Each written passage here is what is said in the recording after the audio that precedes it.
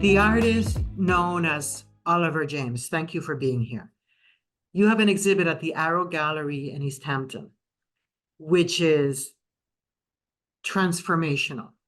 You combine big posters or of wood, of paper currency, and you place in the middle where you would see, say, in American currency, Abraham Lincoln or George Washington.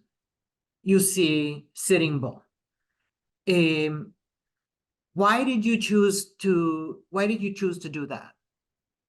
I felt like it was an important conversation to have around imperialism and capitalism, how often or always is built on genocide, land theft, resource theft, and it mainly affects indigenous people.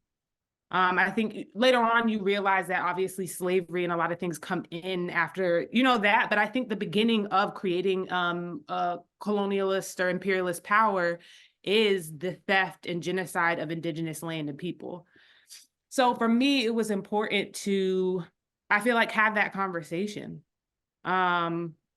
Because we look at now where we're talking about imperialist powers fighting like China, Russia, America, and we realizing that, oh my gosh, no one is better than the other.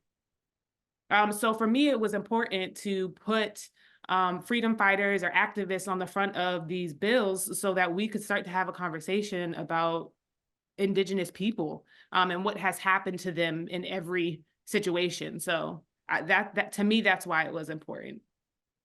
Is there a distinction, though, between the United States, China, and Russia? I understand what you're saying, that they're three empires and they've expanded and conquered other nations. There's been genocide, for sure, that each one has propagated and is in denial about. What do you see as the differences between these three empires, if any? I don't know if I see differences or just different stages. I think we're at the end of the American imperialist empire. I think that that's why we're so exposed and so aware of what's going on, and we're seeing the ugliness of it, and it's not really a possibility to hide it the way I think it used to be hidden, and we were able to be oblivious about it. I think because we're outside of Russia and China, we do see it to a certain extent, but I feel like China very much is in the beginning stages of their in the middle stages of their imperial reign. So it's a lot more hidden. And I think they're able to disguise it because America and Russia and maybe even the UK are in the forefront of that conversation. So they're able maybe to disguise it a little bit differently. But I would say that it's not that different. And when you do the research and you look and you read and you're able to listen to other people's testimonies of what it is that they go through, like a Uyghur Muslim in East Turkestan, or any of those, or Tibetan in Tibet, like you realize it just looks different from the outside looking in. So I don't know if I would say that it's different in any obvious way. I just think that we're at different stages so we can see the differences in them. That's a very interesting point. I've read about China, for instance, doing a lot of work with a lot of countries in Africa, a lot of infrastructure work. So they're building strong alliances with these countries in Africa. The United States is I guess they go in for, a non-governmental organization to help wherever. But in terms of business, the model of what is business, what is money, currency, power, China certainly has been working at that in Africa. And I don't know how many countries. Is it 20 countries? Is it 50 countries? But it's a lot of countries. And to your point about the United States empire just kind of slowing down, it kind of reminds me of the not slowing down, but just becoming weaker. Yep. It reminds me of what happened at the Spanish-American War. Spain had also been an empire, and as you know, the Catholic Church told everybody, wherever you go, claim it as yours. Just say it's yours in the name of the church, and it shall be. And that's how they ended up in Puerto Rico, calling the island that we know as Puerto Rico. They gave it the name San Juan, after St. John. And they're kind of nice. The United States seems to be done with Puerto Rico. But that's a whole other story. What drew you to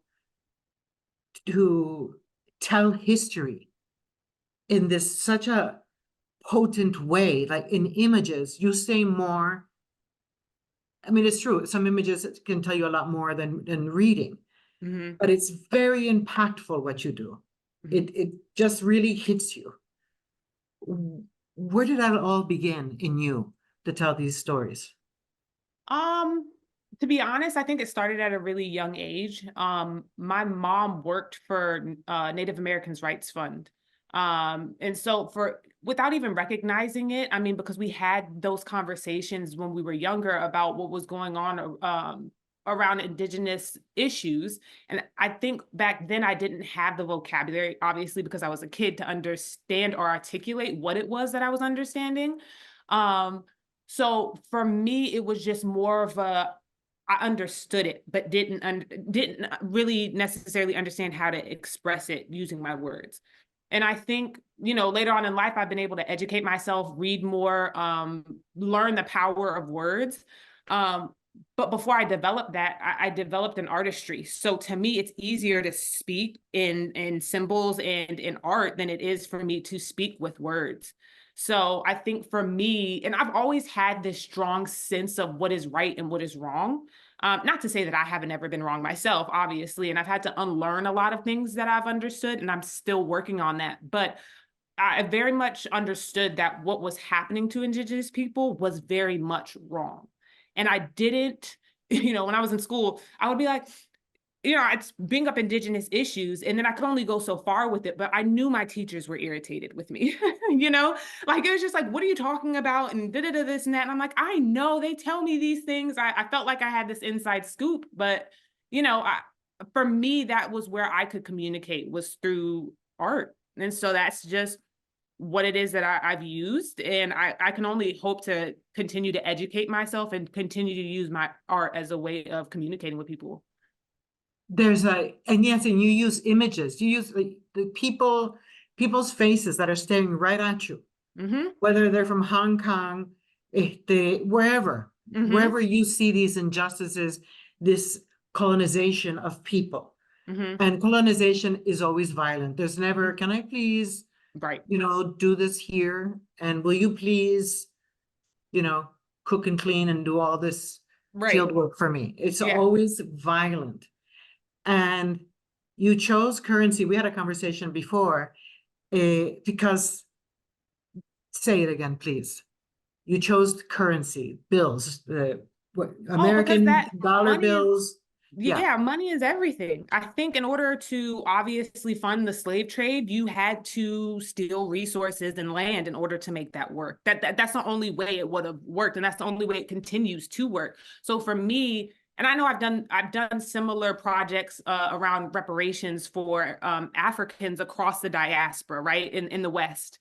And to me, the flag was the representation of what nation building on the backs of slavery. That was my conversation, is using the flags to express that. And for me, currency, the greatest form of wealth that we have around the world, is property and land wealth.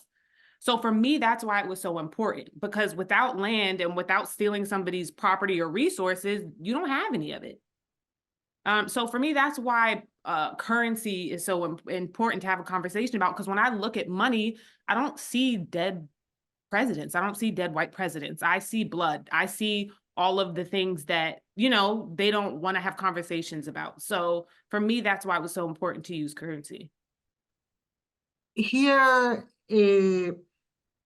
Here's an example of, when people say America's original sin is the enslavement of people, isn't it also the genocide of indigenous people? Yep. Isn't it also how they broke the backs of the Chinese who built the railroad tracks. Yep. You know, and on, and the people working in the fields. How does your art contribute, you think, to the conversation about who are we as a nation? Who are we as a global community? I don't know if it speaks to that, because I don't know if I want to have a conversation about who we are as a nation anymore. I think I'm over that conversation. I think my conversations are more about what's the reality of what this is. So that we can start to see that, like, an injustice in one of our communities is an injustice in all of our communities, and it's just going to bounce from one community to the next if we're willing to be a cog in the machine, or if we're willing to still exist in these nation states. Like that's just the reality of it. It's never going to end. So I don't know. I know what this nation is built on. I think we're all very much aware of that. I think the next conversation becomes, who are we without government? Who are we without nation building? Who are we? Because I feel like the Ottoman Empire fell. Palestinians survived that, right? We having conversation, are they going to survive this? But the reality is people will continue to exist after empires fall. And I think that's the conversation we need to start having, is like, how strong are we as a community of people together against the government that is doing all of these things to us? So, I mean, I hope that's what my art communicates, is that we're capable of being strong and caring and loving and providing mutual aid for each other without these imperial powers. I'm not knocking that idea at all. Mm-hmm. But my next question is going to sound like it is, and I don't mean it to sound that way. Isn't it true, though, that they're just a bunch of really evil people in the world?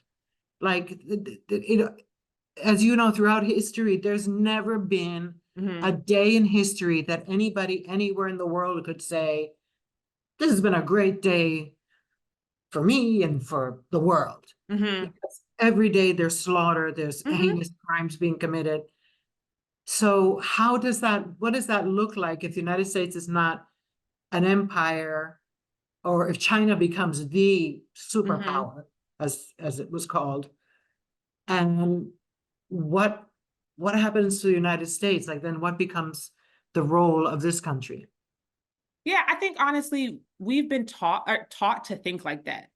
Like, we're the fear of not existing without, or of trying to exist without a government power. Like, we assume that government is good and that they're saving us. But the reality is that they create the most harm in this world by appealing to lobbyists who can afford to change laws, right? And they're usually the wealthiest people on this earth. So it's kind of one of those things where it's like, to me, without America, the 1%, I mean, I would say this, without imperialist powers, because obviously all of these other nations do it too, but the 1% struggles to survive.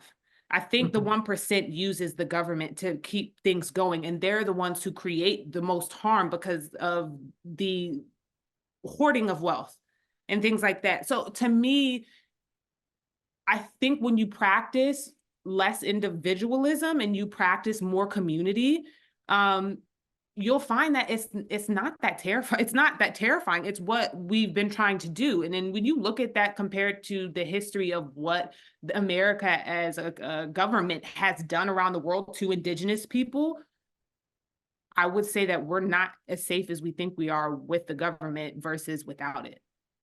Yeah, there certainly are countries much smaller. I'm thinking of Spain, for instance. They have a military, but it's very small.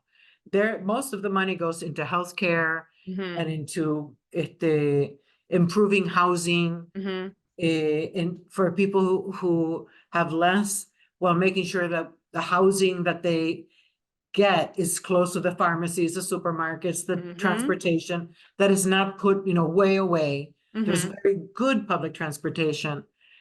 So if you're not a superpower, you can concentrate more on taking care of your people. Right. Though I don't understand the part where you don't need a government, then who's in charge? you know The what I mean? community, I mean, we've obviously been taught to think that we need all of these things. Realistically, the only thing that we really need is food and each other to protect each other. We need food, resources, things like that, but we've been able to gather those things for forever. I mean, we talk about the fact that borders now exist and all of these things that kind of put up roadblocks in the pursuit of survival. And at the end of the day, do I know exactly what it would look like? No. Do I know that it's possible? Yes, because people have existed long before empires existed and will exist after they cease to exist. So, I mean, do I think there's a level of, yes, we need to figure out what community means, and how it is that we can take care of each other? We would really have to redefine that, because we've been existing in individualism for so long that I don't think that that would be a natural step. I do think that that would have to be something that we would have to work towards as a people. But, you know, I mean, I have this conversation all the time with people, is like, you have to be able to decolonize past yourself and your own understanding. And I think the privilege that we sit in as Americans, and I can only speak for myself as an American, but I think part of the privilege is finding comfort in what it is that we're sitting in, to the point that we're no longer willing to question what life would look like beyond it. And so, yeah, I can't say I know exactly, oh, it would look like this, but I do know that it would take a lot of work. But if we don't start somewhere, we're always going to be here. And at some point, we have to be willing to deconstruct past our own understanding. Yes, another world is possible. Yeah. Your art, do you stay in the putting the spotlight on injustices? That's where you have found your voice. Yes. Visually. What's next on your horizon of creation? So for me, what I have planned right now is I have a show at the DuPont Underground in DC, which actually featured this painting. And so I work with the orphanage in Uganda. And over the years, I've always tried to use my resources to be able to raise money for them, because I haven't been fortunate enough to have the money to be able to donate myself. But you know, it's important for me to not just give back to my own community, but try and exist in other places and understand their struggles. And so for me, that's where my focus is going to be for the next couple of months until the show comes up. But I definitely, beyond trying to raise money for the orphanage, I hope to continue this journey of calling out injustices. I just think it's important, and until something changes, because Palestine, what's happening in Palestine is continuing to happen. It's not stopping. So for me to take my eye off the ball, I guess, I feel like would be not who I don't think it would be who I am as an artist. So I think I'll continue to obviously speak about these issues and find different and more creative ways to display them. But this is definitely going to be an ongoing journey for me. So you are in the tradition globally of artists who need to put on paper, this is an injustice. Yes. And make posters out of it. And that, you know, all through Latin America, you see it on, you know, buildings, you see it in posters, you see it, you know, glued onto the work sites, these injustices. And it's a very hopeful, in a way, form of art, because if we can see the problems and if we can start thinking about it, then we're no longer unconscious. We wake up to a reality that we did not know before. Right. And you're part of that pantheon of artists who bring us this news in powerful ways. And I thank you for doing that. Well, thank you for appreciating the art. It really means the world to me. And to be able to have conversations like this, obviously, is, for me, the reason why I do this. I think, again, it's important to have these conversations, but I also think it energizes us to take back what is ours, which is our freedom. So I just hope that, like, in the midst of doing my art, that I can light a fire in somebody's spirit and get them going. And so I appreciate that you've had these conversations with me. It means the world. I appreciate it.